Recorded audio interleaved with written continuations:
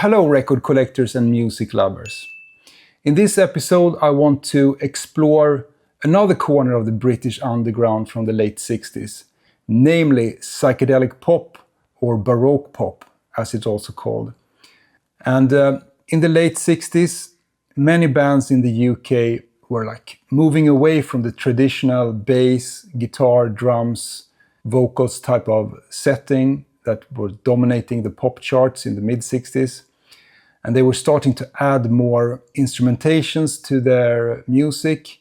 They were adding string quartets or harpsichords or brass arrangements or woodwind or more adventurous vocal arrangements. And that type of music is what we now call psychedelic pop or pop psych or Baroque pop. These bands were of course inspired by albums like Sgt. Pepper. They were also of course listening to what was happening in America with Beach Boys and bands like that did this type of more advanced arrangements to their pop music. There were of course some really successful bands that did this type of music during this time. Of course we have Beatles, there were the Hollies or even the Kinks. And Honeybus, for instance, that I have talked about, they fit right into this pop psych, Baroque pop genre. But as usual on this channel, I want to highlight some more obscure albums, gems from back in the days that maybe didn't sell much at the time and nowadays are sought after by collectors like myself. So anyway, let's just dive into this breezy, sunny episode of psychedelic pop or Baroque pop.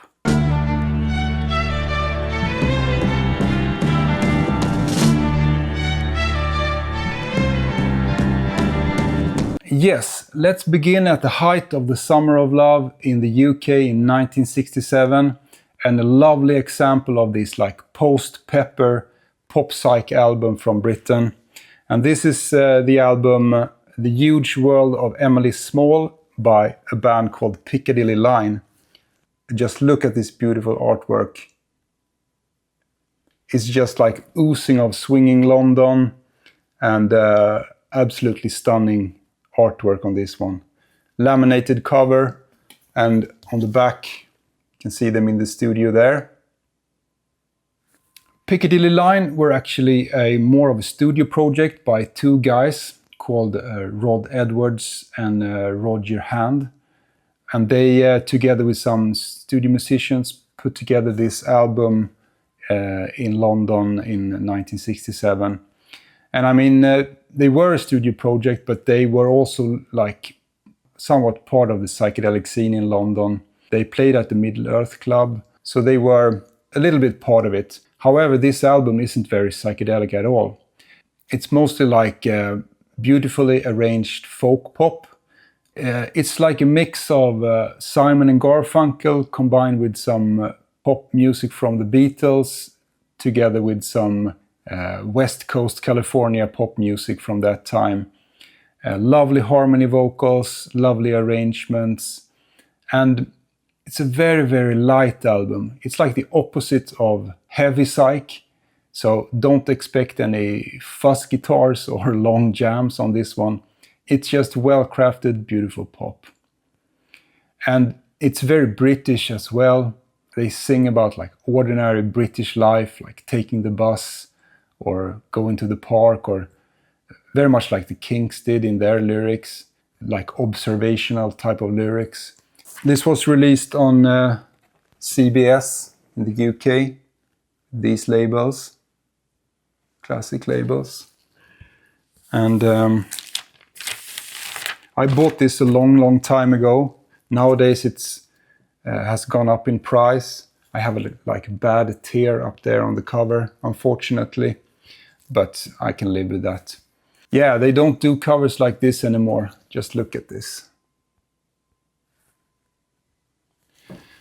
And this band, they later on made another album under a different name that is called Edward's Hand or so, where they combine their two names. I haven't heard that, but I think it could be worth checking out as well. But this is our first stop on this like British pop psych trip with The Huge World of Emily Small by Piccadilly Line. You're gonna drift down the line unseen, and nobody knows where you've been. Everyone looks like someone you know, but no one you know is there. Everything sounds like something you've heard, but all that you're hearing's no word. Emily Small, lazy smile, Emily. Next stop on the trip, Mind the Gap. We're leaving Piccadilly Line, and this is another absolutely classic British pop psych band from the late 60s. And it's the UK Nirvana with their second album called All of Us that came out in 1968 in this rather weird cover. And the title there is actually The Existence and Chance is Everything and Nothing, while the greatest achievements is the living of life, and so say all of us. So I think that is the exact title. And this is another duo. This is by one Greek and one Irishman. And they were called Alex Spyropoulos and Patrick Campbell-Lyons. And this is their second album. On their first album, they were more like a band. But on this album, they were like condensed down to a duo. And the first album is called The Story of Simon Path, that I have shown on this channel before in my concept album video. This album is filled with this type of British pop music from '68. And of course, the standout track is the opening, Rainbow Chaser, filled with this like phasing effect that has a really psychedelic and trippy vibe. And that is like probably the best song on this album. But it has more. It has many different styles. It goes from like rock songs to chamber arrangement songs to like silly songs, and yeah, it has very much of this like whimsical British stuff. And I just have to talk a little bit about this album cover because I think it's really interesting. This is a reproduction of an old oil painting that is called The Conqueror. It's from 1892. This oil painting is a huge oil painting. It measures like 7 meters wide or 5 meters in height. And what you can see here is like historic procession of all these conquerors. In the middle there we can see Julius Caesar, and then we have Alexander the Great, Hannibal, Nebuchadnezzar, Napoleon, and on the sides here are dead bodies. They are leading an endless army of death. And it's really not fitting at all to this light, breezy, psychedelic pop music inside this record. And I'm really not sure why they used this image on the album cover. Pretty weird. Maybe it was some kind of anti-war thing, because this is not like glorifying these leaders with all the death around here. So maybe it's something like that. This came out on the famous Island label with these labels. I have the stereo copy here. They were sacked by Island Records after this release. Apparently it didn't sell well or so. So they were released from their contract. They had a third album already finished, but Island wouldn't release it. So it eventually came out on Pi Records a little later on. But at that time, everybody has forgotten about psychedelic pop and had moved on to more heavy rock music. I can talk about that album in another video. But in this video, we're gonna focus on All of Us by Nirvana from 1968. Have our destination. Doesn't know we just go. There is another day when he will be gone. Until that time will come, we'll just carry on. Makes no conversation. The next album is one that could easily be described as a lost album from the late 60s. And I'm talking about Nick Garrie with his album The Nightmare of J.B. Stanislas. Nick Garrie, he was an Englishman, but this album was only released in France. And it came out on the label Disguz.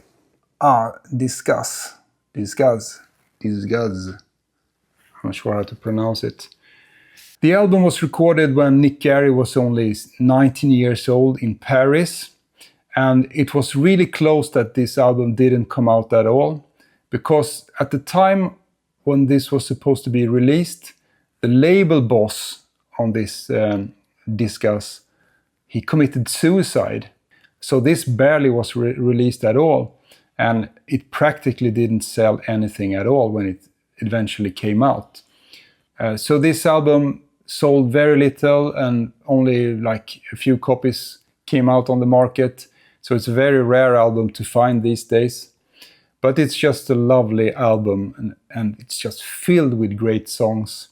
To me, it kind of reminds me of John Cale's work in the mid-70s with all this orchestral arrangement to this kind of English pop music.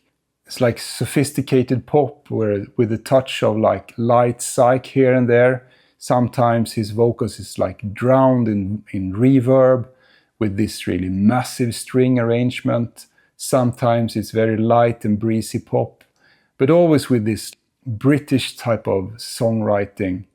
Yeah, so this is a bit of a rarity and sought after. And yeah, and I think Nick Garrie has been rediscovered and reissued in later years. And he even did like a little comeback when he was rediscovered. So that's good for him. But this is the original 1968 release in this laminated cover. It's a French-only release from 1968.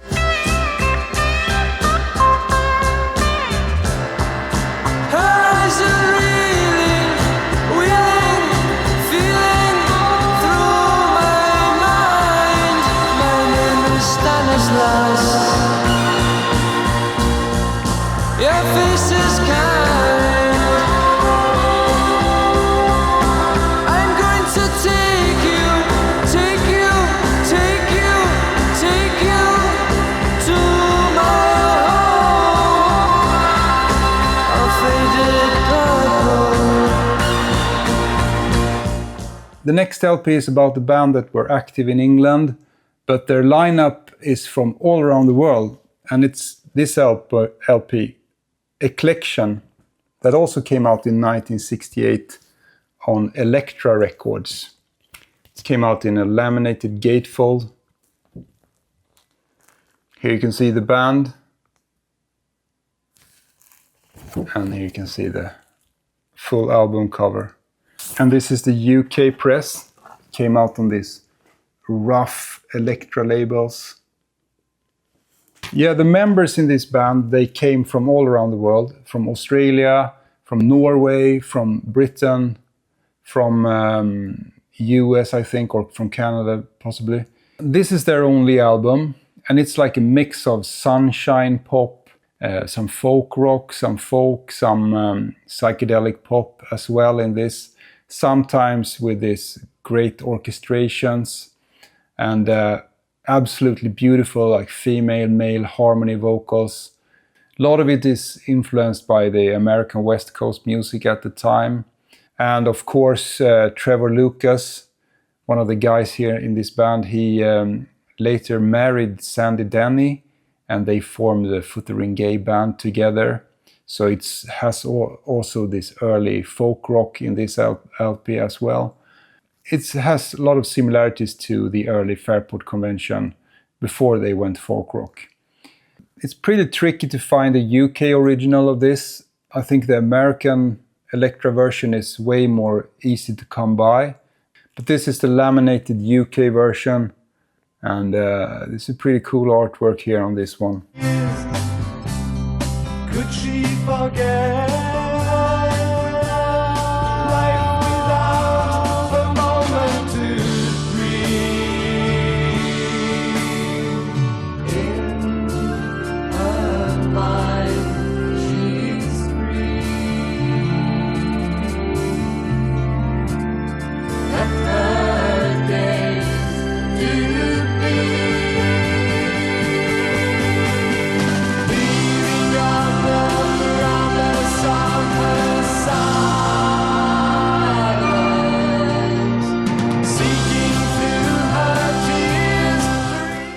The last album is a little bit of a mystery because there's very little known about this guy. And it's an LP by a guy called Philamore with the album The North Wind Blew South. And this album came out in 1970, but I suspect that it was maybe recorded a little bit earlier on because it doesn't really have the 1970 sound. It sounds more like 1968, but that's just my theory. But here you can see the guy trying to look cool on the back. And this guy, Philamore, his real name wasn't Philamore, and I have, right now I forgot his real name. But anyway, this album was recorded in England with British musicians and everything. He was from England, but for some reason it was only released in America. Maybe it was released in Canada as well, I'm not sure. But it's released on the classic Epic labels. These classic yellow Epic labels.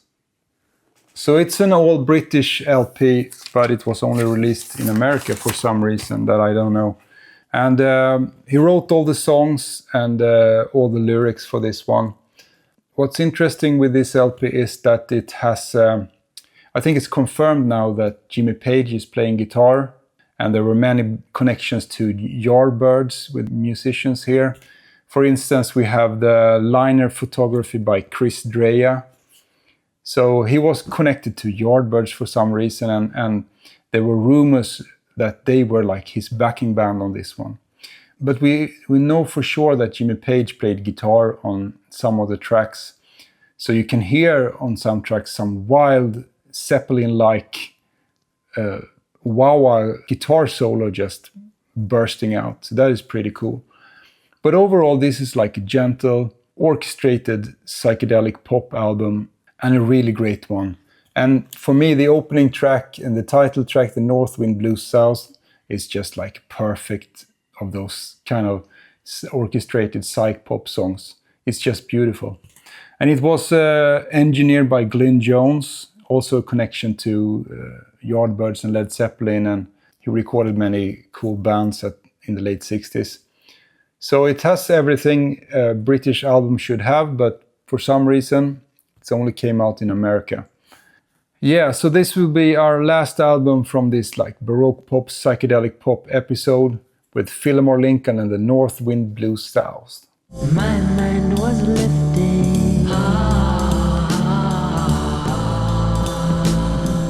over away to a mystical high. Then the north wind blew south. Then the north wind blew south. Then the north wind blew south.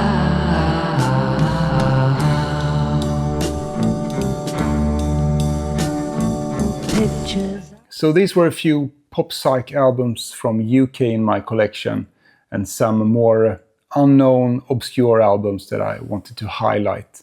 There were a few years in Britain before like progressive rock and before heavy rock took over that they did this kind of imaginative pop music that I really enjoy. Anyway, it's summer here, and I think I'm gonna take a little break from doing YouTube videos.